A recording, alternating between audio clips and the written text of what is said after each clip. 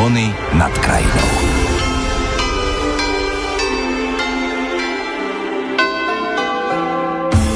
A kde dnes zahlaholia? Chotár obce, ktorý dnes navštívime, bol bohatý na zelené lesy s neobyčajnými názvami. Hliník, Adamcová, Stará hora, Teplý vrštek, Bočina, Vlčie kúty, Tesárska hora, Kuzmická hora či Uličná dolina. Niet sa čo čudovať, že názov obce, do ktorej dnes zavítame, súvisí s v minulosti najrozšírenejším remeslom v kraji. Tesáre sa volali Tezer nemecký, Tesári po maďarsky. Ako prechádzala tá história, sa menili aj názov obce, ale vždycky ten názov Tesáre ostával. Z tých historických prameňov vyplýva to, že Tesáre boli remeselná obec, že sa tu opracovalo drevo. Sú tu okolo dubové lesy a Tesáre ako tesári, remeselníci, čiže zrejme tu bolo dosť takýchto povolaní. Z toho bolo odvodený aj názov našej obce. A na spresnenie? Tesáre volakedy naše sa volali Tesáre nad Bebravou. Potom sú tesárske Mlyňany, Tesáre nad Žitavou, aby sme si teda nepomýlili. A toto sú len Tesáre okres Topolčany. Do ponitrianskej obce Tesáre vás pozývajú Miroslav Virfl a Tatiana Šušková. Zvony nad krajinou. Obec Tesáre leží v severozápadnej časti pahorkatiny stredného Ponitria na východnom úpetí pohoria Považský Inovec. Chotárom preteká potok zľava, vyvierajúci v nedalekých Inoveckých horách. Od začiatku 20. storočia patrí do obvodu tesárskeho Chotára aj územie niekdajšej osady Kokošová. Plocha Chotára je 1354 hektárov a jeho povrch je pahorkatinový až vrchovinový. Takto začínajú svoje rozprávania o miestach a ľuďoch, ktorí na nich žijú, encyklopédie a historické knihy. Dajme však po úvodných slovách starostu Daniela Baga a miestneho historika Milana Dudského slovo aj ostatným obyvateľom Tesár. Ako sa vám u vás doma žije? Je tu priehrada, je tu park, je tu tábor, máme kostol, krásnu marnicu, Radosť Umret. Kaštiel, dáte krásny výhľad, keď vidíte na breh, celý okres vidíte pomaly, to je nádhera. Dobrých ľudí máme a pekný kraj. Tesáre sú obec, kde sa dobre žije, kde je dobrá klíma. Máme tu na všetky predpoklady preto, aby sa tu dalo kultúrne žiť, lebo tu kultúra vždy odjaživa sveta bola, ochotníci hrávali divadlá a vždy tu ten život náš tu rástol. Narodili sa nám tu deti a deti sú tu už doma, tým sa tu veľmi páči a my sme si tak zvykli. Úžasné, všetko je tu super. Nebudeme vyzdvihovať chyby, ale na čo? Keď vezmete globále, obdivujú nás veľa vecí, je tu takých, ktorí nám iné dediny závidia. Nebudem kritizovať, ja budem len vyzdvihovať a je čo. Ja som hrdý na to, že tu bývam. Aj to každému poviem, že kde bývate. V Tesároch, najkrajšie dedine na Slovensku, hovorím, tam bývam. Ako každá obec, je každá niečím výnimočná. Aj Tesáre je to pekná obec, ako malebnom prostredí v dolinke. Keď sa spieva tá dedinka v údolí, takže to na nás platí. Snažíme sa vychádzať tak, aby sme spolu tvorili takú jednotu v obci a takú dobrú atmosféru, aby sme v obci udržali. Už aj vy ste zvedaví, prečo sa v Tesároch dobre žije? Tesáre nás privítali slnečným dňom a srdečnými ľuďmi. A že práve vďaka ním a ich aktivitám sa v Tesároch žije dobre, sa môžete presvedčiť spolu s nami.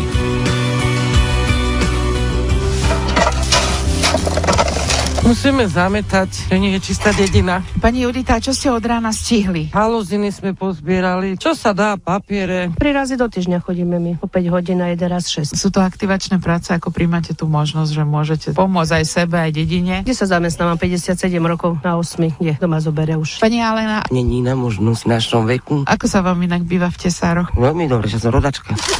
Tesáre, 9 hodín ráno, svieti nám slnko. Daniel Bago, starosta obce. Tak ráno, keď je pekné, pekné, dedina je pomerne živá. My máme centrum spoločné, kde máme obecný úrad, pohostinstvo, obchod, kostol, takže veľa ľudí sa tu pohybuje ráno. Ak odchádzajú ľudia do práce, kam odchádzajú do práce? Väčšinou odchádzajú do Topolčian, my sme okres Topolčany, 10 kilometrov máme okresné mesto. Niektorí aj ďalej, do Nitry a niečo sa zamestnáva aj tu na okolí. Máme tu vinára, ktorý nám zamestnáva zo pár ľudí, je tu poľnohospodárske družstvo Prašice, pôvodie Váhu, ale tých príležitostí pracovných je tu pomenej. My vytvárame pracovné miesta v rámci aktivačných činností. Tieto naše šikovné ženy sa starajú nielen o čistotu v obci, ale aj o zeleň, pomáhajú pri kultúrnych podujatiach. Všetko, čo sa deje v obci, tak tam sú aktívni aj títo naši zamestnanci.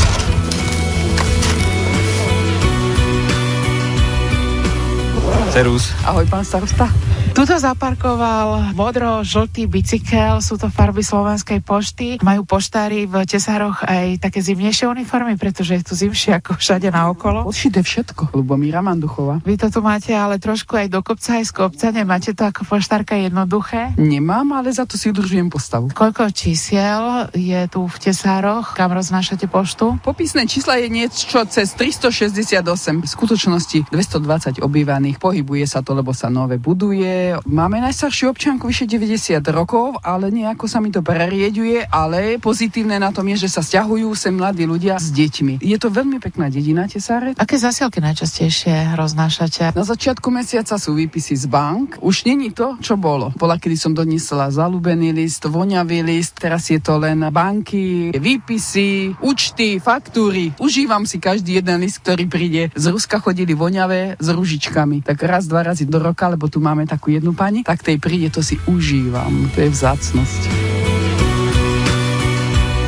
Obec Tesáre bola vždy známa poľnohospodárstvom, ktorým sa tu ľudia živili, ale aj vinárstvom a toto všetko sa odráža aj v erbe obce. My teraz sedíme v kancelárii starostu Daniela Baga. V modrom štíte zlatý kohút s červenými pazúrmi s obákom, nad ním strapec rozna. Tento erb sa skladá z takých 2 symbolov a to je ten kohút a ten strapec rozna. Ako sa skladá aj obec z 2 častí a bola to Kokošova, ktorá tento rok bude slaviť 750 od prvej písomnej zmienky a obec Tesáre. Kokošovský erb pozostával z kohúta, po maďarsky niekedy kakaš, Kokošova, kakašfalva, niekedy sa volala. Tesáre zase mali v erbe strapec hrozna, kedy sa tu pestovalo hrozno, má to tu takú tradíciu a potom poľnohospodárske čerieslo lemeš. Náš erb používame od roku 2000. Kedy prišlo k spojeniu tých 2 častí Kokošova a Tesáre? Zalistujeme si v publikácii o obci. Bola vydaná a napísaná doktorom Mrvom, historikom. Teraz znovu chceme s ním vytvoriť takú podrobnejšiu publikáciu z príležitosti 750. výročia, ktoré chceme oslaviť. No a tu máme všetky tie dôležité dátumy, ktoré sa v Tesároch odohrali. Sú tu richtary, história, kroje, škola. Tesáre sa poprvýkrát spomínali už na sklonku 14. storočia, ale je nepochybné, že obec existovala už dávno predtým a na to existujú nepriame dôkazy, pretože prvá písomná zmienka o Kokošovej pochádza už z roku 1265, ale k tomu spojeniu s Tesármi došlo v roku 1903. To si listujeme v takej pamätnej publikácii, ale obec Tesáre je moderná aj v tom, že na internete sa dá veľmi elegantným spôsobom listovať v tesárskych zvestiach. Tak je to náš občasník. Máme takú šikovnú redaktorku Evku Chrkavú, ktorá je vyštudovaná novinárka, čiže toto nás spracúva, prispievajú občania aj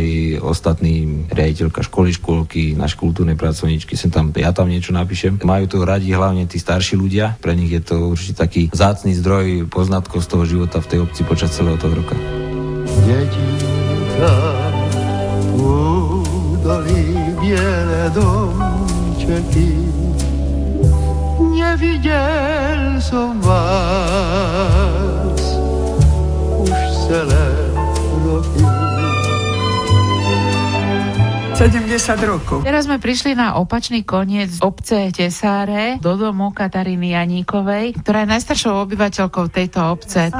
No však už teší, že vám Boh dal toľko dožiť. No. Vy ste sa prisťahovali do Tesár zo Spišskej Belej, našli ste tú lásku? Áno, on bol tesáran v Tatrach, bol tam v liečebnom ústave ako frontový vojak, tam sme sa stretli. Ako ste si zvykali na Tesáre? No dobre, mám tu aj sestru, tak sme 2. Už je to roky. Čo sa tu zmenilo za tých 70 rokov? Všetko sa zmenilo peknému, no je pekná dedina, je to upravené, je to všetko. Keď sme sem prišli, viete čo, to bolo tu strašné blato.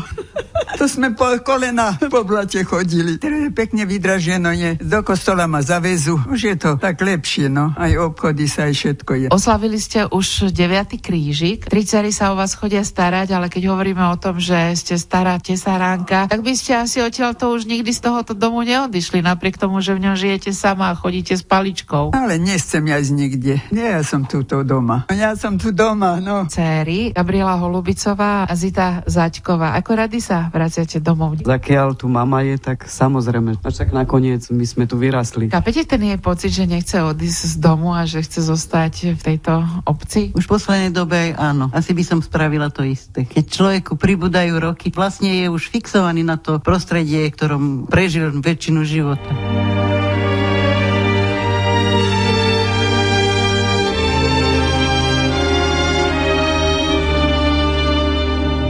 Je veľmi pekné, keď bývalý a súčasný starosta spolupracujú. Ja mám teraz pri mikrofóne pána Ľudovita Chrkavého, ktorý bol dlhoročným starostom obce Tesáre. 32. Úctyhodný čas. Dlhá doba práce s ľuďmi, kde si človek naplní svoje ciele, ktoré má za pomoci, samozrejme, že občanov, bez tých občanov sa to robiť nedá. Čo sa vám podarilo za tých viac ako 30 rokov v obci vybudovať? V roku 71. keď ma doviezol tajomník ONV vtedy do obce, že tu je miesto, tak bola len 6 metrov široká cesta, vyasfaltovaná, z každej strany blato a otvorené kanále. Keď autobus ostal stáť v strede, tak museli stáť všetky traktory obecné, pravda, aby ľudia vystúpili na suchom, a keď ostal stáť na kraji, tak zase ľudia skákali do blata. Dneska vidíte, čo sa tu všetko urobilo. Bol postavený dedine tento kultúrny dom. A potom sme išli z domov smútku, najväčšia taká akcia, ktorú sme začali, bola materská škola. No a potom to postupne už išlo tak, že sme búrali staré, začali sme prístavou kultúrneho domu, čo trápila nás Tesarčanov a našich občanov bolo to, že nemali sme dobré pitnej vody. Celoobecne vodovod sa nám podali urobiť. Samozrejme cesty,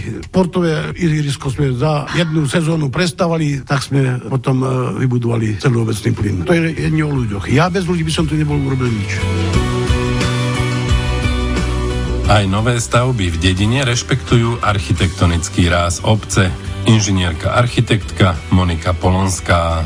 Napríklad Dom smutku sa rekonštruoval podľa návrhu, ktorý sme vybudovali spolu s kolegami zo stavebnej komisie. Snažili sme sa rešpektovať obec a vidiecké prostredie. Nesnažili sme sa robiť nejakú násilnú architektúru, ktorá by sa prezentovala len ako architektúra, ale naozaj by to bola budova, ktorá je blízka človeku a je blízka tým ľuďom a podporí ich v tých ťažkých chvíľach, keď sa lúčia so snulými. Dom smutku bola teda vaša prvá práca? Prvá zákazka bola rekonštrukcia vlastne námestia, kde sme robili priestory na sedenie a také spríjemnenie priestorov. Je to veľmi milé, pretože keď sme prichádzali spolu s kolegyňou práve do tejto obce, v Tesároch nás prekvapili nové lavičky, upratovalo sa tu námestie, zametali sa ulice, veľmi príjemne. Snažíme sa, máme aj nové plány. Chceli by sme kino pod Gaštanom, to by sa vlastne zväčšil priestor kultúrneho domu, kde by sa vytvorila premietacia plocha a fungovalo by to ako kino v letnom období. Ďalej máme zelené námestie, to sa snažíme vybudovať vlastne nejaké zelené srdce obce, ktoré by slúžilo počas vinobraní. Malo by to väčšiu hodnotu ako teraz. Možno si niektorí poslucháči predstavia pod pojmom zelené námestie iba výsadbu nových stromov, ale už existujú aj záhradní architekti, ktorí preferujú aj takzvanú mobilnú záhradu, privezú kvietky alebo stromčeky priamo v tých veľkých kvietináčoch vo vozíkoch. Mobilnú záhradu sme uvažovali vlastne pod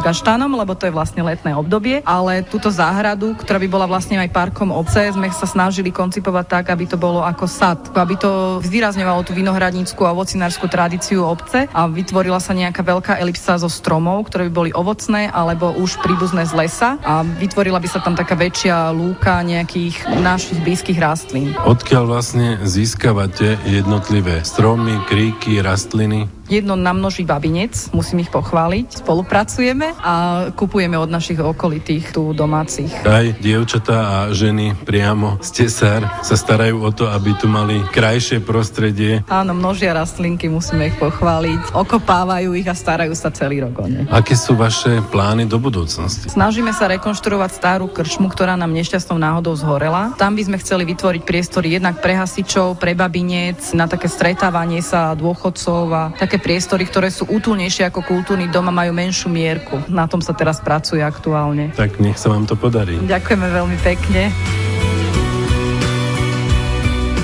So starostom Danielom Bagom prechádzame cez centrum dediny. Kostol býva centrom dediny, ale vy tých kostolov máte dva. Jeden je kostol svätého Martina v tej našej centrálnej časti obce a potom na Kokošovej máme kostolík svätého Jana Nepomuckého, takže máme tu pred sebou kostol. Momentálne ďobe nám ďateľ do veže. To je taký náš záškodník teraz. A robí to častejšie, alebo len dnes? Dosť často a zvykne takto ráno. Čo sa mu páči na tej kostolnej veži? Asi duním dobre. Na tejto strane je tiež taká zaujímavá budova, ktorá pripomína históriu. Je to spomienka na 620. výročie, ale tento rok budeme oslavovať už 625.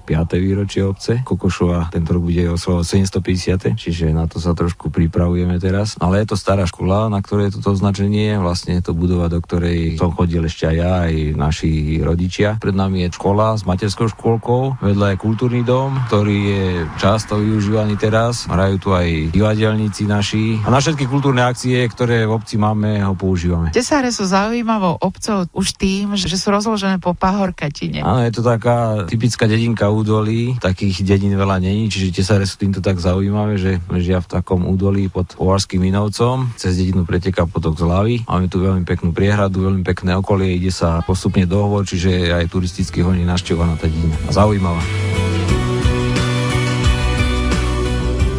V centre Tesár prechádzame do budovy základnej školy, ktorá je ale spojená s materskou školou. Máte dosť detí v dedine, pán starosta? V materskej škole máme dosť detí, máme ho úplne obsadenú. Horšie je to so školou, keďže deti nám už odchádzajú niektoré do mesta, kde chodia ich rodičia buď za prácou, alebo možno im to lepšie vyhovuje tá škola. Takže máme dosť problémov so základnou školou udržať ho. Bola, kedy toto bola len materská škola, boli tu 2 triedy, momentálne máme 1 triedu. V obci Tesáre sa vyberieme medzi tých najmenších obyvateľov. V tejto obci žije okolo 750 obyvateľov. A čo sa deje okolo 9:30 v materskej škole?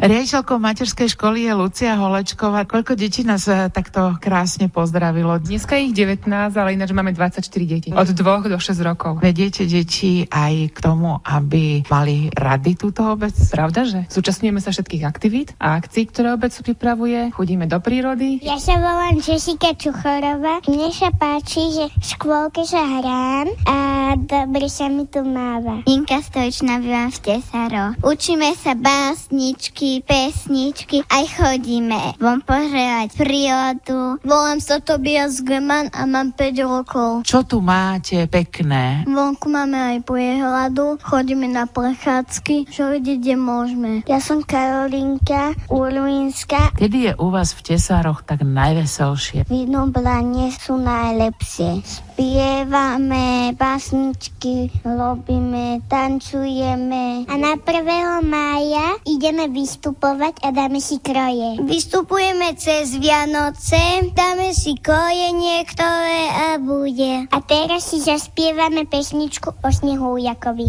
Postavím si Snehuliaka z bielučkého snehu. Jedna gula, druhá gula, tretiu navrch dám. A ustojí Snehuliačik a ustojí sám.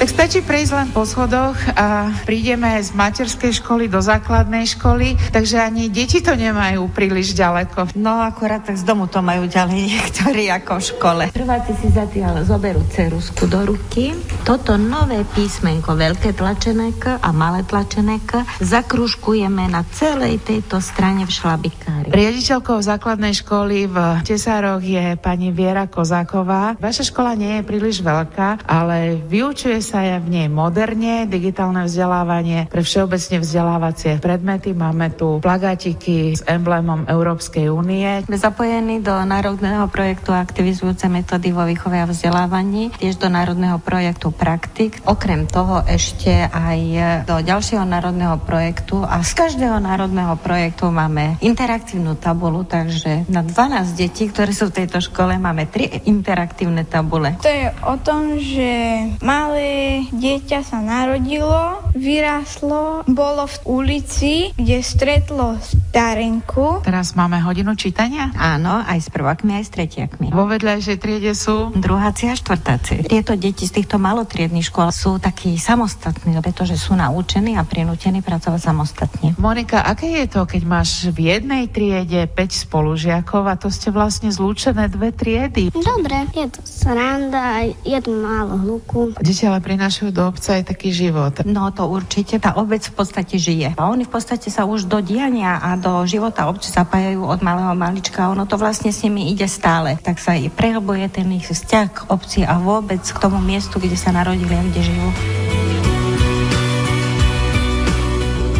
Ak sa z akéhokoľvek miesta Tesár pozeráte na ktorúkoľvek svetovú stranu, panoráma vám ponúka jedinečné výhľady. S Tomášom Grmanom teraz stojíme pri hornom kostolíku v Tesároch. Máme dnes jedinečnú príležitosť, že nám krásne svieti slnko, takže máme ten výhľad naozaj krásny a Tomáš o ňom vie veľa, pretože je predseda klubu turistov v tejto obci. Pred sebou vidíme Tribeč, najvyšší vrch toho okolí, najbližší. A potom je Žibrica, Zobor, ktorý nám kaštieľ zacláňa. Potom máme Strážovské vrchy, Suchý Čierny vrch, Rokoš a za nami Povazský Inovec. Tam ďalej, keď sa pozerám, tak tam sa niečo aj belieť. No to bude veľká fatra. Tesáre vlastne aj napriek tomu, že sú na Pahorkatine alebo na Kopčeku, ležia v takom venci hôr. Tak áno, všade máme blízko na všetky strany. Vítajte peknom Chotári. V tomto Chotári hospodári aj poľnohospodárske družstvo podielnikov Prašice so sídlom v Jacovciach. Šéfuje mu Jozef Urmínsky. Keď sa pozeráme z tohto miesta, tu vidíme rôzne zasiaté plodiny, alebo sú tu parcele, ktoré sa pripravujú na jarnú sejbu. Tam v diaľke vidíme ovocný sad a hospodársky dvor, kde produkujeme brojlery. My sa špecializujeme hlavne na pestovanie obilovín, olejnín, cukrovej repy, krmovín, kukurice. Posledné 3 roky pestujeme potravinársky hrách. Zo živočíšnej výroby sme zameraní na chov dojníc, produkcia mlieka, vykrmový dobytok a chov brojlerov. Ten návrat k poľnohospodárstvu na Slovensku by mal byť asi pre ten slovenský vidiek prioritou. Aby sa vytvárali pracovné miesta, aby sa určitým spôsobom aj tou prácou a skultúrnil ten región, skultúrnila tá príroda a tým sa vytvorí aj priestor na to, že do pekného regionálneho kraja z hľadiska prírodných podmienok radi budú chodiť aj mestskí ľudia, tak jak sa to deje dneska bežne v Rakúsku, Bavorsku, Švajčiarsku a tak ďalej.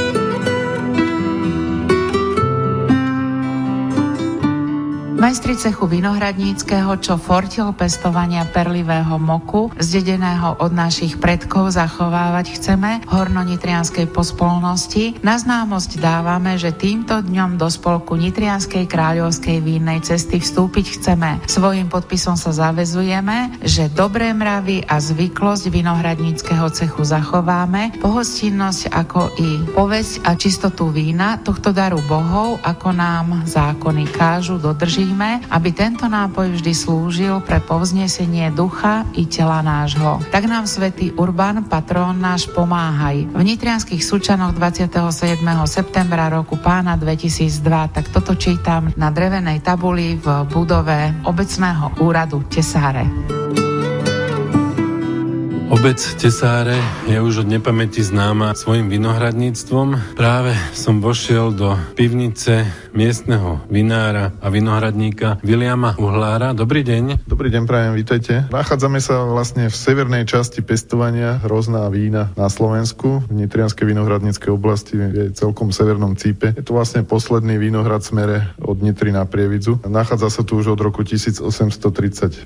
My tu hospodárime od roku 1997. Akú veľkú vinicu máte na starosti? Máme 9 hektárov vinohradu a zhruba 3 hektáre sadu. Pestujeme 7 odrôd hrozna, rulandské šedé, rulandské biele, Sauvignon, Miller Thurgau, Riesling vlašský, Veltlin zelený a z červených máme rulandské modré a Zweigl-Trebe. Keď sa tu poobzeráme po tej vašej pivnici, tak okrem toho, že sú tu klasické sklenené demižony, vzadu vidím aj drevené sudy, tak tu máte už aj modernejšiu technológiu, pretože prevažujú nerezové nádoby. Pôvodne tu boli všetko drevené drevné súdy. Tieto nám už doslúžili, tak zatiaľ sme to nahradili nerezovými, ale ešte chceme dokúpiť aj drevené súdy. Máme tu aj novú technológiu, tzv. Riadené kvasenie, čiže pri kvasení muštov sa teplota riadi, aby sa to nekvasilo pri príliš veľkých teplotách. Niektorí vinári dokonca hovoria, že práve v takýchto nerezových nádobách je aj tá starostlivosť o vínko jednoduchšia, praktickejšia, ale že zaručí aj lepšiu kvalitu toho výsledného produktu. Sú rôzne názory, ale myslím si, že to platí hlavne u bielých vín, že biele víno je lepšie asi z toho nerezu, aj keď možno o tom polemizovať. A červené víno potrebuje drevený súd, potrebuje tú mikrooxidáciu, lebo drevo má póry, nerez nemá žiadne póry. Vo vašom vinohrade pestujete viacero odrôd. Prihlásite nejaké vzorky aj na súťaže u nás, či v zahraničí? Väčšinou sa zúčastňujeme našich nominačných súťaží. Chodievate najmä do Bojníc, do Pezinka či do Nitry. S akým výsledkom? Tak máme aj zlatú medailu, máme aj strieborné medaily, máme zlatú medailu aj zo súťaže. To organizoval štátny veterinárny a potravinársky ústav v Bratislave. Máme striebornú medailu z Bojníc. Predtým sme získali aj nejaké zlaté medaily za ľadové víno. Tam sme získali aj v Bojnici zlatú medailu, aj v Nitre. Sú aj takéto ocenenia odborníkov za kvalitnú prácu aj akousi motiváciou do ďalšieho obdobia? Určite áno. To záleží aj od suroviny, že 70% vína sa tvorí už vo vinici. Hrozno musí mať tú požadovanú kvalitu. Potom to už je len na vinárovi, ako to zvládne v pivnici. Dokedy sa mienite venovať vinohradníctvu a vinárstvu? Nie do smrti, ale do dôchodku. Dúfam, že potom to už budem môcť odozdať niekomu mladšiemu. Máte komu odovzdávať svoje skúsenosti? Ja mám 4 deti, mám 2 dievčatá, 2 chlapcov. Ešte neviem povedať v tejto chvíli, že či to niekto prevezme alebo neprevezme. Tak ale rodinná tradícia môže pokračovať. Určite áno, ale to už záleží od nich, že či budú mať záujem. V kalendári podujatí obce patrí vinobranie k najväčším spoločenským udalostiam, kedy sú na nohách a majú plné ruky práce celé tesáre. Tesárske vinobranie, áno, je to naša taká vlajková loď, dá sa povedať. Tento rok sme mali 12. ročník tesárskeho vinobrania, chystáme sa už teraz na 13. ročník, ktorý bude v septembri. Predbežný dátum máme 12. septembra. Spája tú históriu, tú vinohradnícku, tesár, tie pekárenské aktivity, ktoré tu naše ženy v Babinci vedú. Čo sa tu v ten deň deje? Najskôr je slávnostná svätá omša, potom nasleduje ten sprievod obcov, kde sa dostaneme na plochu za obecným úradom. Tam už prebieha program, v ktorom vystupujú naše deti z základnej materskej školy, naši umelci, speváci. Stretávajú sa tam ľudia vlastne pri dobrom burčiaku. No a je to taká oslava, kde pozývame aj súbory z ďalšieho okolia a snažíme sa tam pripraviť program pre všetky tie vekové vrstvy, aby sa tam každý niečo našiel. Snažíme sa, aby tento deň bol významný nielen pre našu obec, ale aby zaujal aj široké okolie a myslím, že sa nám to darí celkom. Ten tesársky kostolíček, kolo neho čierny les. Ten tesársky kostolíček, kolo neho čierny les. Rada by videla, rada by počula, či môj milý príde dnes. Rada by videla, rada by počula, či môj milý príde dnes. Priehrada, kaštieľ so vzácnym parkom, 2 kostoly, starý mlyn, prekrásne prírodné prostredie.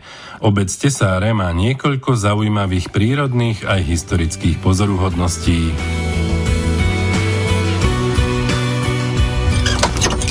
Teraz sme pošli na posvetné miesto do druhej architektonickej sakrálnej pamiatky so starostom Danielom Bagom. Kostolík nad vchodom má erb, v ktorom je rok 1772. No a je to dvojloďový kostolík. Pod ním sa nachádza krypta, kde sú ešte uložené pozostatky bývalých majiteľov nedalekého kaštieľa. Nad nami je starobilý orgán, už len replika, ale sú tu ešte pôvodné obrazy. Začiatkom 90. rokov bol zrekonštruovaný, ale ako vidíte, zub času pracuje, aj tá statika nejak nie je taká stála, takže budeme musieť znovu v spolupráci s farským úradom pokračovať v záchrane tejto našej dominanty. Je ho vidieť pri vstupe do dediny, z každej strany od Jacoviec, keď sa ide vidieť kostolík aj od Bojnej, čiže je to taká dominanta na horizonte. Oproti s krásnym anglickým parkom stojí veľmi krásne zrekonštruovaný, veľmi citlivo zrekonštruovaný kaštiel. Na opačnej strane zasa kostolík. Takýchto vzácnych miest nemá veľa slovenských obcí. Tak áno, v Tesároch dole v dedine takých budov veľa nemáme, okrem toho kostola svätého Martina, ale tuto Kokošova je bohatá, tu sa to zachovalo, chvála Bohu, takže sme tomu radi. Ste pyšní? Áno, určite.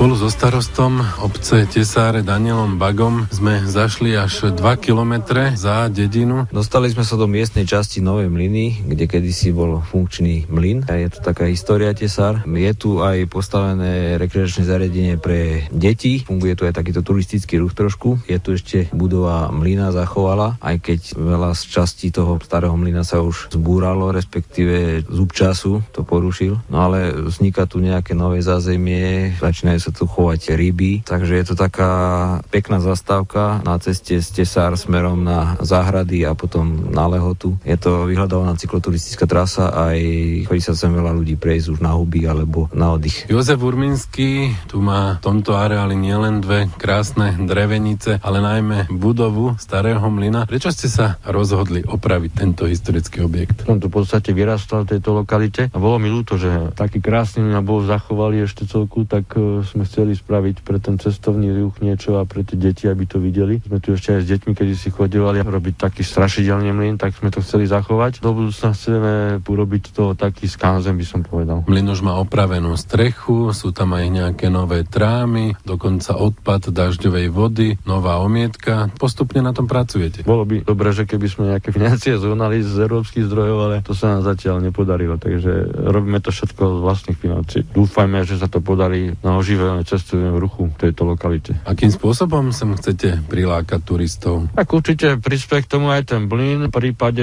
samozrejme toto zariadenie rekreačné, ktoré tu je fungujúce už 20 rokov. Návštevnosť tu je, ľudí chodia tu z okolia Stopolčian, sú tu cyklotrasy, takže nebol by problém, aby tu ľudia našli takú oddychovú zónu. V tomto starom mlyne voľakedy bývala aj pani Alojzia Jendrálová. Ako detstvo som tu ja prežila krásne. Okolitá príroda, to bolo naše detstvo. My sme tu boli 3 dievčence, to boli moje sesternice, ale toto, čo tu vidíte okolo, to bolo naše detstvo. Prísť domov, naučiť sa, my sme chodili každý deň poctivo do školy, do Tesár pešo, 2,5 kilometra tam, 2,5 kilometra naspäť, porobiť si úlohy, pretože tu nebola elektrika, my sme sa učili najmä cez zimu pri petrolejkách. Cesta nebola tak, ako teraz sme išli, to bolo úplne iné. To bola blatistá, bahnistá cesta, chodničky sme mali. A cez leto mama mi dala košík tuto do tejto hory, nazberala hríby. Raz bol obed hotový. Cez zimu sankovanie, no nevieme korčulovať, lebo sme sa nemali kde. Ale lyžie nám spravili domáce. A to bolo naše detstvo. Čo by ste zaželali tomuto mlynu do budúcnosti? Aby ho tak ešte trošku dostali do takého stavu, že by sa mohli ísť ľudia na to pozrieť ako na technickú pamiatku. Takto sa kedysi žilo. A im, čo tu sú, nech sa im to darí. Nech tu prežijú taký život, aký som tu prežila ja.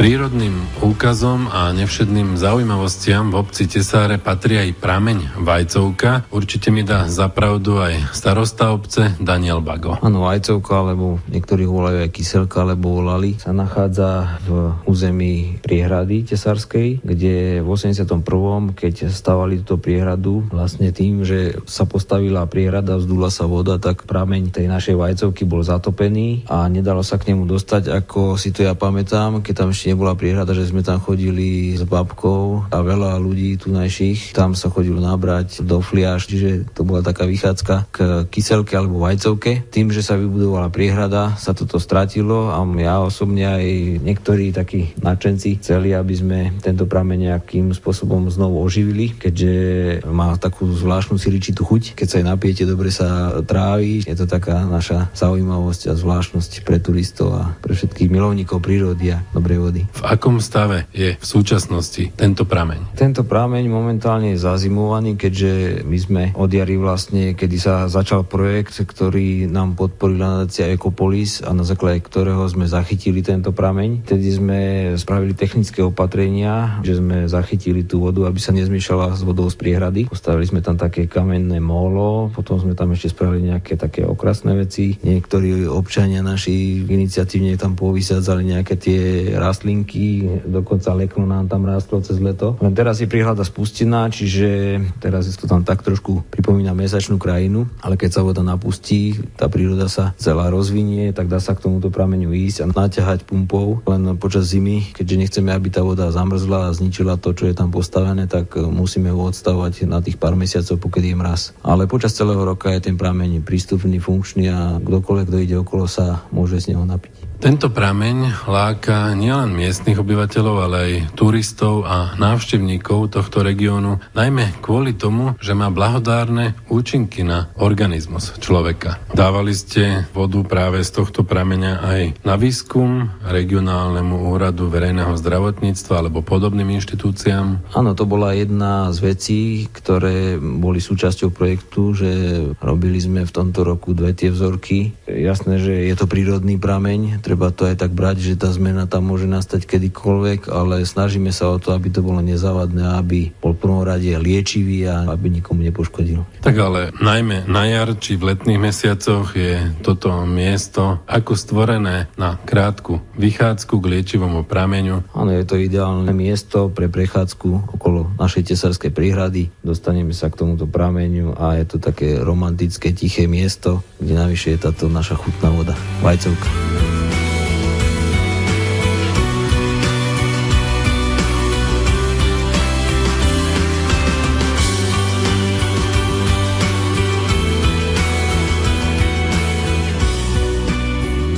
Miesta, kde žijeme, však nerobia príťažlivými len unikátne prírodné pomery či historické pozoruhodnosti, ale najmä ľudia, ktorí v nich žijú. Jan Verich okrem iných múdrostí povedal: celé tajomstvo a snáď jediný recept na šťastie je mať rád ľudí a milovať ich. Kto myslí len na seba, ochudobní iných o seba, ochudobní seba o iných, zakrpatie a zahynie. A to sa veru tesárčanom nemôže stať. Cez Tesare tečie voda mútna. Prečo som ja, dievka, taká smutná? Čo mám robiť, aby sa vydala? Aby som sa pod čepiec dostala. Prišla som do budovy, ktorá slúži ako knižnica, ale aj ako kultúrny dom a idem teraz za vôňami, ktoré vychádzajú z jednej miestnosti. Dobrý deň.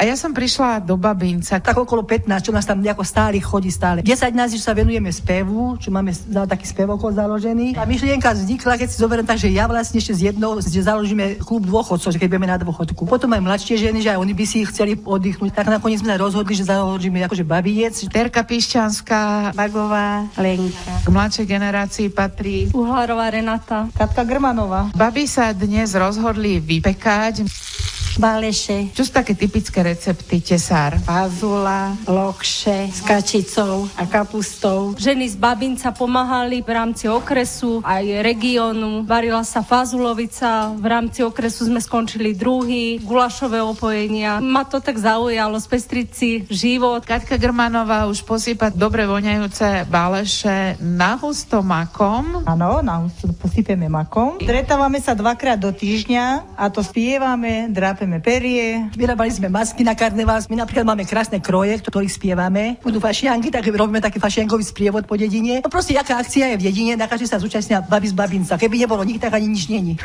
My cez celý rok vlastne máme stále samú akciu. Tu v kuchyni čo pečieme, kačice a také, akože títo koláče. Nezohra nám.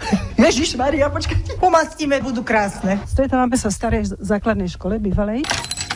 Takto sa na Babinci otvárajú dvere 2 alebo 3 krát do týždňa. Tak sa páči, vítajte v Babinci. Človek má pocit, že prišiel do jednej veľkej obývačky. To, čo sa deje v Babinci, si vlastne môžeme pozrieť v kronike. Ja som sa snažila o recesiu a je to viac menej písané takým spôsobom, sem tam básnička, aby to potešilo ženy. Tak my sme babi tesáránky, po niektoré babičky. Zvrtáme sa už za ránky, čule sme jak rybičky. Autorkou tohto denníka je Mária Krejči. Tá aktivita je pekná. Ja sa čudujem, toľko času na všetky tie aktivity. V Babinci je taká oáza kľudu a pokoja. Tam sa dá relaxovať, dá sa povedať, kto má aké starosti, dá sa poradiť. Ja myslím, že aj ja odtiaľto odchádzam taká spokojnejšia. Sa z toho teším, hovoria mi, že ja omladzujem, že už mám dosť teda tých rokov ako a že medzi mladými a babami ja to, že omladzujem.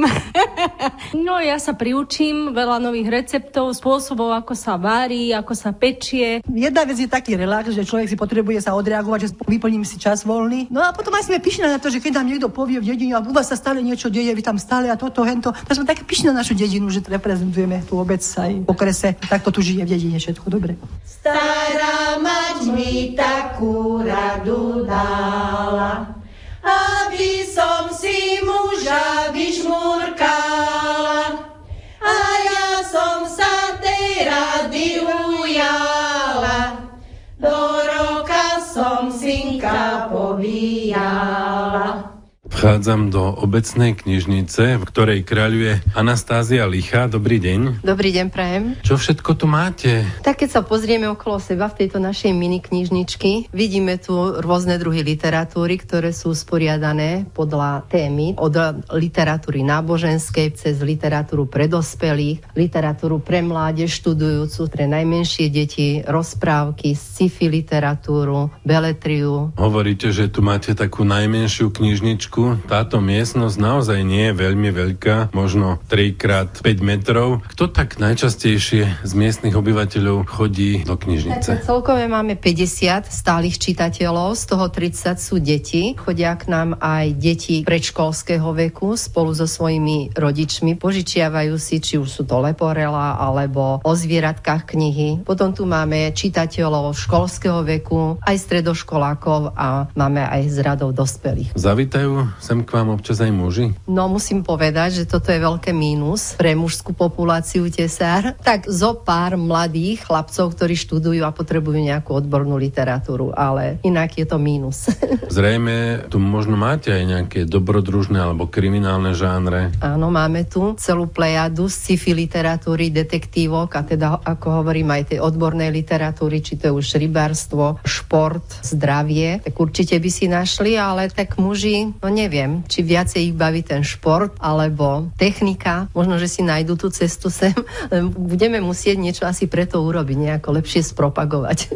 Tých oblastí je naozaj viacero, tak máte aj taký všeobecný prehľad. Takže určite poradíte všetkým, ktorí navštívia túto vašu knižnicu. Áno, tak snažím sa poradiť, či už študujúcej mládeže, alebo aj dospelým ženám, ktoré chodia. Už mám taký odhad, že čo asi čítajú a aj deti sa pýtajú, či máme takú knihu. Ak ju nemáme, tak existuje aj tzv. Medziknižničná služba, napríklad pre študujúcu mládež, keď potrebujú, tak idem do Tribeckej knižnice v Topolčanoch a požičiam im. No a samozrejme každý rok dostávame aj peniažky od obecného úradu na kúpu kníh 200 eur. No a podľa záujmu čitateľov sa snažím teda doplňať nové knižné tituly. Knižných titulov je tu okolo tých 3000. Snažíme sa doplňať literatúru, ktorá už je zastarala, alebo tak zastarala, neviem, či to je to správne slovo, lebo každá kniha má čo ponúknuť, ale neaktuálna, tak tie knihy vyraďujeme a obnovujeme knižničný fond pravidelne každý rok. Čo ste hasiči, čo ste robili, keď ste naše pivovárej zhorieť nechali. Tesársky hasiči, Manduch Marián, aj u vás to bolo tak, že už od malého chlapca ste chceli byť požiarníkom alebo hasičom, ako sa dnes hovorí? Určite mám, čo ja viem, 35 detí, čo mi chodia na tréning. To nehovorím ešte číslo, to je 35, ktorých mám evidovaných, ktorí majú pravidelnú účasť a chodia na tréningy, ale je ich viacej, lebo chodia aj devčatka, aj cez 50 ľudí bolo asi. Modrú uniformu má na sebe Andrej Bago. Ja sa venujem dobrovoľnému hasickému zboru tu na v Tesároch od roku 2010. V roku 2011 som bol zvolený za predsedu. Som rád, že sa nášmu hasickému zboru darí tak, ako sa darí, že sa rozvíja. V súčasnosti už máme 21 členov. Nie sú to len muži. Toho sme boli sami prekvapení, že aj naše ženy prejavili záujem o tento hasický šport. V súčasnosti dosahujú výborné výsledky, majú niekoľko prvých miest, ocenení, pohárov a robia nám radosť. Sú krajšou časťou nášho hasického zboru. Igor Krkavý. Ja som veliteľ jednotky, aj veliteľ tých družstiev jednotlivých. Som sa vrátil ešte k tým začiatkom obnovy činnosti. Tá prebehla tak v roku 2010-2011. Z okresného riaditeľstva hasičského záchranného zboru sa nám podarila delimitovať Avia, zachovali vozidlo, pritiahli sme mladých chlapcov, po roku sa pridali dievčatá, ženy, začal sa rozvíjať dobrovoľný hasičský zbor v Tesároch, takže organizácia sa rozrastla, začala činnosť. Začalo to s tým, že sme sa začali tomu športu venovať. trénovať. Začali sme s takým základným výcvikom. Naši členovia aj chlapci sa zúčastnili aj nejakých požiarov, kde pomáhali profesionálnej jednotke, či už pri žatevnom požiari. Veľmi iniciatívne pristupujú k rôznym brigádám, akciám, ktoré poriada obec, či už je to Stávanie mája, Vátra SMP, asistencia, pomoc pri vinobraní, pri tých kultúrnych akciách. Iveta Pušicová a Zuzana Ondrejková, vy ste to tu v Tesároch nenechali len na mužov a dokonca ste ich za veľmi krátku dobu v tej profesionalite dostihli. My sme boli na materskej s tými menšími deťmi a už to bol pre nás taký stereotyp a potrebovali sme niečo sa zabaviť, ale keď sme videli, že tí chalani majú výsledky, robia niečo, čo ich baví, tak sme to vyskúšali. No a naši muži na naše prekvapenie nás do toho ešte viacej zatlačili, takže sme sa nakoniec na to dali. Určite sú húževnatejšie, jak chlapci. Keď prišli úspechy, zabudli na tie bolačky, čo získali a tešili sa z víťazstva alebo z umiestnenia. Každý niečím obohatil zbor a momentálne sme v takej fáze, že tvoríme taký pomerne dobrý kolektív, ktorý sa behom 2-3 rokov rozrastol. Teraz to už treba len stabilizovať. Erik Macko, Paťo Keptun, Dušan Bago, Marian Detko. Tak je to zábava, technika, tak. Boli sme už na 2 zásahoch, keď horeli role. Jedna rola sa chytila od auta, tak tam sme pomáhali hasiť požiar slamy, sme zakopávali slamu a potom sme sa presunuli pri lesný požiar tam bol, lebo tam horeli stromy, tak tam sme ich pomáhali. Dostali sme uznanie. Je to proste zábava v určitých chvíľach, ale aj riziko. Mládež stále inklinuje k tomuto hasickému športu a pokiaľ sa vyvíja aktivita, že tá mládež vidí tú činnosť, vidí tú techniku, ich to zaujíma a samozrejme aj vedením tých funkcionárov, aby dokázali pritiahnuť ich k tomu a zaujať, lebo bez záujmu by sme nevedeli rozvíjať náš hasický zbor a rozvíjať aj činnosť mládeže. Je za tým veľa ľudí, ktorí obetujú svoj voľný čas k tomu, aby ten úspech bol. Sú trochu nervózni, pochopte. Trpaslíci bez bane sú ako ryba bez oleja, bez ostu. Vlastne ako ryba bez vody. Chápem, ale neteší ma to. Ryby bez vody a trpaslíci bez bane ma znervozňovali. Vlastne trpaslíci bez vody a ryby bez sódy ma znervozňovali. Ale čo to trepem? Ja nemusím všetko vedieť, ja som len kúzelník. Môžem vedieť celé cenné meno? Rovarin Rastafari Versov. Takto sa nám predstavil mladý muž, ktorý hrá kúzelníka. Áno, Filip Čarnogórsky sa volám. Moja postava je dosť komplikovaná a taká trošku domotaná, sa snaží hrať takého vážneho kúzelníka, ktorý je naozaj na úrovni a pritom sám nevie ani jak sa volá. Potom to všelijako zastiera a tak sa hrá už aj tu na kúzelníka a pritom aj nie je taký poriadny. Bolo to ťažké naučiť sa takéto texty? No však snažil som sa, vidím, jak to dopadne. Prejdeme sem k dievčatám. Týma Blaškovičová. Teba čo prilákalo medzi kamarátov práve do tohto divadelného súboru? Moja mamina už hrávala väčšinou už aj Šmarhana, aj Šuplatu, už aj na mňa sa to tak trochu prilepilo a jedného dňa, keď som išla s ňou aj zo školy, tak sa ma režisérka opýtala, že či by som nechcela, ja som určite prikývla. Aká je tvoja postava v tomto predstavení? Som prvý trpaslík, volám sa Mudroš. On je vlastne taký profesorský typ, je vlastne najstarší. Vy ste ďalší trpaslíci? Áno, ja som Šimon Michalka a moje trpazličie meno je Frfloš. Ja som Miška Horňačeková a moje trpažlicie meno je Poetko. Ja som Eva Ondrejková a moje trpažlicie meno je Štuplík. Ako sa vám hrá toto divadlo? Keď vieme texty, hrá sa všade dobre a hlavne, aby sme sa tu cítili ako doma. Všetci sa na vás usmievajú, držia vám palce, to znamená, že je to príjemná atmosféra. Jasné. Ešte som sa s mikrofónom vrátil k Marike Bagovej, ktorá dohliada na účinkujúcich práve na tejto skúške, čo bude najväčším ocenením pre samotných hercov, ale aj pre vás. Pre mňa už to, že vlastne tí ľudia sa prídu zabaviť a prídu sem. Pre hercov si myslím, že najväčšie ocenenie bude to, keď sa s tým divadlom dostaneme ďalej. Pretože oni sa veľmi tešia na to, kedy budú môcť hrať na Topolčianskom hrade. A ja som im slúbila, že ak budú dobrí, tak tam pôjdeme. Dúfam, že to dobre dopadne. Daniela Božiková zastupuje v Tesároch organizáciu Červeného kríža. Naša organizácia vznikla v októbri v roku 2014. Väčšinou sme tam také rovesničky, ktoré máme menšie deti. Všetky akcie, ktoré sme usporiadali, zameriavame vlastne na to rodinu s tým dieťaťom. Teraz chystáme takú jednu veľkú akciu Rodinný kemp. Nakoľko tu máme príhradu, detičky tam prídu s rodičmi a vlastne v spolupráci so záchranármi, profesionálmi, hasičmi nám prídu urobiť ukážku prvá pomoc topiaceho sa. No a vlastne ďalšie také ciele, ktoré sme si tak vytýčili do tohto roku, chceme vlastne medzi iným osloviť viacero ľudí ako darcovstvo krvi. Chceme ešte ďalej organizovať burzu detského ošatenia a pomoc pri vyhľadávať hrobov vlastne príbuzným zo zahraničia ešte popadlých a vlastne neznáme hroby, ktoré vlastne nemajú informácie, takže ten Červený kríž sa zamrieva na takúto spoluprácu. Vaša organizácia tiež prispieva k tomu, že život vo vašej obci je pestrejší. My sme také rovesničky, mamičky, premýšľame, že aké akcie urobíme alebo čo pripravíme pre tie deti, aby ich to zaujímalo a vlastne oslovili sme aj túto širšiu verejnosť, no a týmto vlastne potom žije v obci.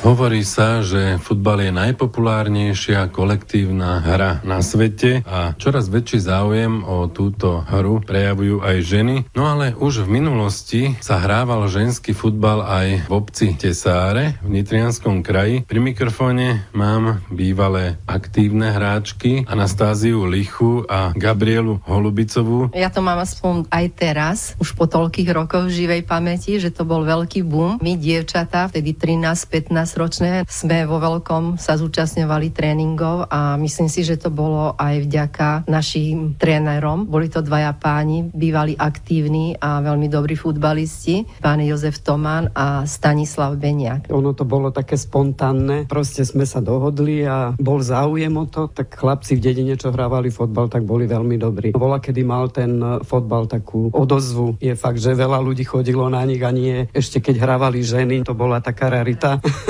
Určitou zvláštnosťou vášho ženského výberu bolo aj to, že keď ste nastupovali na zápas, rozhodca si prečítal v súpiske menoslov jednotlivých futbalistiek a zistil, že jedno priezvisko sa neustále opakuje. Tak bolo to samozrejme meno Janíková. V Tesároch pol dediny sa volalo Janíková a pol dediny Urmínska a ešte Chrkava. Bolo veľa ľudí toho mena. Samozrejme, že to bolo tak, že začala napríklad hrať Milka Janíková, pritiahla sestru Janu Janíkovú, potom Gabika Janíková, pritiahla sestru Zitu Janíkovú. Dokonca Marienu Janíkovú, tetu, otcovú sestru. Potom ja s menom Janíková. Tak proste sa to kumulovalo, že tých Janíkových na tom ihrisku bolo až 8. Každý športovec chce v tom svojom odvetví byť čo najlepší a víťaziť. Ako sa darilo vám v ženskom futbale tu v Tesároch? Ten futbal bol na dobrej úrovni, okrem toho svedčia aj výsledky. Hráčky postúpili z druhej ligy, jesennú časť vyhrali a postúpili do prvej ligy. Takže to hovorí samo o sebe. A hrali sme s takými ženskými družstvami ako Žilina, Ružomberok, takže to hovorí o všetkom. Takýmto spôsobom sa Tesáre zapísali do histórie slovenského ženského futbalu. Koľko rokov ste aktívne hrali? Myslím, že ale 2-3. Potom už, jak som išla aj do školy, už sa to tak postupne rozpadalo, že každú zavial vietor niekam inám. Už fotbal nebol. Ženský futbal tu v Tesároch mal teda najúspešnejšie obdobie v rokoch 1968 až 1973. Ako sú na tom futbalisti teraz? Tak ženský futbal nie je. Mužský, žiaľ Bohu, 0 bodov, musím povedať. Ja len dúfam a verím, že niečo sa s tým spraví a snívam, že raz to bude lepšie.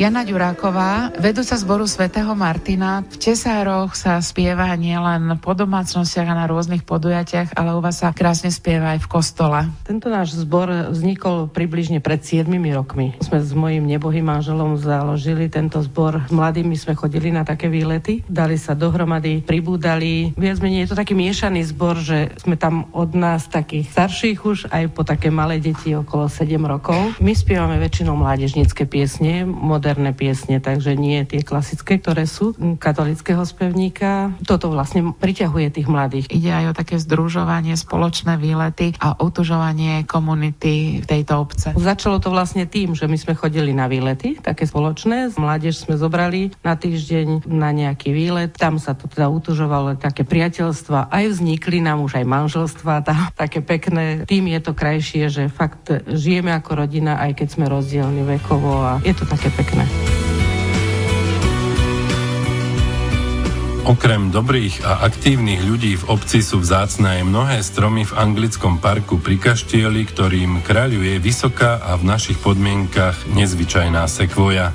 Napriek tomu, že ju pred pár rokmi zasiahol ničivý blesk, rastie ďalej. Tento je orech čierny, ten má pevnú škrupinu. Teraz stojíme pred veľmi zaujímavým stromom, ktorému sa pripisuje aj istá úloha. Glediči a trojtrňovatí, ostne sú také dlhé. Údajne z tohoto stromu, ako bola pletená koruna Krista, keď ako bol Trnín korunovaný. Tu je suga kanadská, ten tuto ihličnatý strom, veľmi mohutný strom od koruše. Keď chodíme okolo tých stromov, tak človeka to láka, že chce vedieť asi, jak sa ten strom volá, keď je taký. Tak zaujímavých spoločníkov tu mali voľakedy baróni, ktorí žili v tomto Kaštieli a zaujímavé je, že baróni odišli, stromy zostali. Tak aspoň niečo ostalo pod nich, len aby sa to udržovalo, že by to ostalo, lebo aj počasie, aj tie rôzne choroby, huby, tak aj tých ničia. Ale však snad sa to dá, aby sa to udržalo. Keď poviem Marián Smatana, tak môžem k tomu povedať veľmi veľa privlastkov, čestný predseda turistov, znalec miestnych pomerov a tradícií, zberateľ košíkar na turista, ale hovoria vám aj svedomie tesár. Pán Marián, prečo?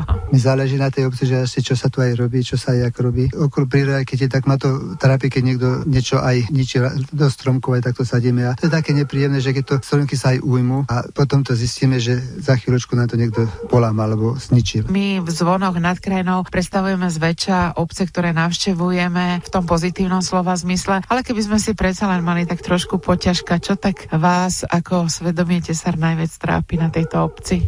Príroda, že sa tak dosť devastuje, aj tie naše lesy, aj to, že sú tak nehospodárne, aj sa ťaží. Po sebe aj nejak mladých, keď aj oslovíme, že aby iš pomohli sadnúť, nemajú tomu nejaký taký vzťah, že by pomohli, aby sa niečo aj posadilo. Hovorí sa postav dom, zasad strom. Vy ste tých stromov zasadili veľa. Za to, že mi je to ľúto, keď on zíde ten stromček a sú to povedzme aj ovocné stromčeky alebo aj tie okrasné. Takže s tým, aby sa to tie stromčeky rozvíjali. Niečo aj také, aby sme zanechali aj my tým nasledujúcim generáciám, čo nám nechali starí dedovia a otcovia.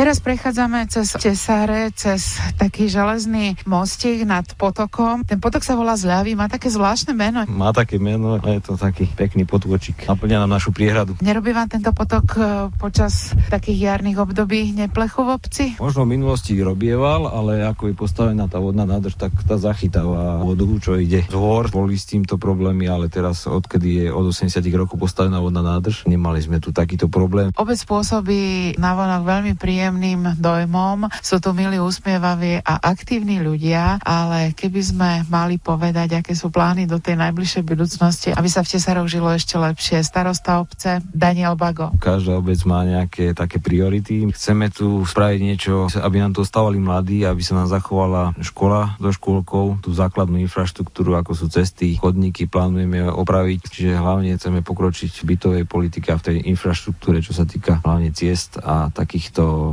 komunikačných, čo je pre tú obec také najdôležitejšie. To pocítime ako taký najväčší náš problém, respektíve našu víziu.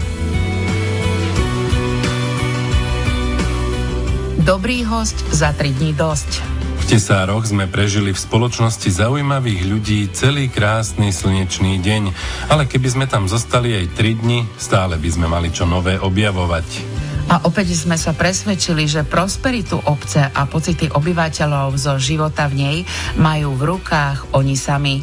Na najväčšom internetovom serveri nájdete aj video tesárskych divadelných ochotníkov, ktorí sa za všetkých tesárčanov pripojili k celosvetovej videománii pri piesni Williamsa Farrella Happy.